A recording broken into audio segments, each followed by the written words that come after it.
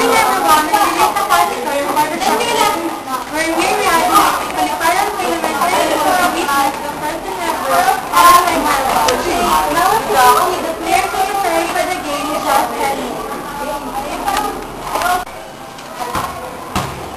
Athletes, the game is about to start in 5 minutes. Now before the game starts, let's ask the players on what do they do to help them on their game. Excuse me, can I have a short interview? Okay. You are? I'm Mike Santos. From what school? Academia Trinidad. Okay, I just want to know what do you do to help you in this game? I just have my healthy diet and daily exercise. And what other things do you do to help you? I prefer to drink real choco that helps my bones healthy. Okay, thank you for your time and wish you luck. Okay, let's ask other players on what do they prefer to drink. Excuse me, boys. You are? I'm Carlo Capara. I just want to know what do you drink to help you in this game? I drink chocolate. And how about you? I'm Mikey Ramos. I drink chocolate. And you? I'm Bernie Bataglan. I drink real choco.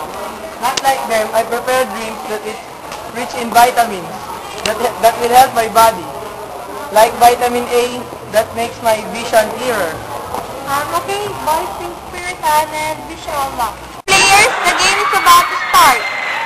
Okay, players, from 1 to 15, we have 3 laps and the player who got the shortest time will win. Ready? Get set? Go! The first lap, number 1 got in first in just 32 seconds. Can you believe it? Followed by number 28.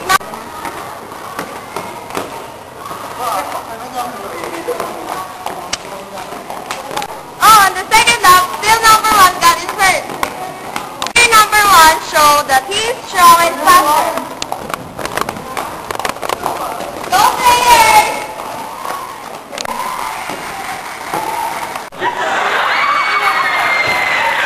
Number 1 got the first place with a record of 1 minute and 15 seconds, followed by number 28 with 1 minute and 15 seconds, number 9 with 1 minute and 30 seconds, and number 39 with 1 minute and 40 seconds.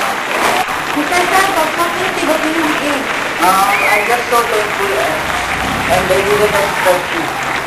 All my sacrifices are worth it. And thanks for real choco. It helped me a lot. And what advice can you give for those who want to be like you? Just drink real chocolate.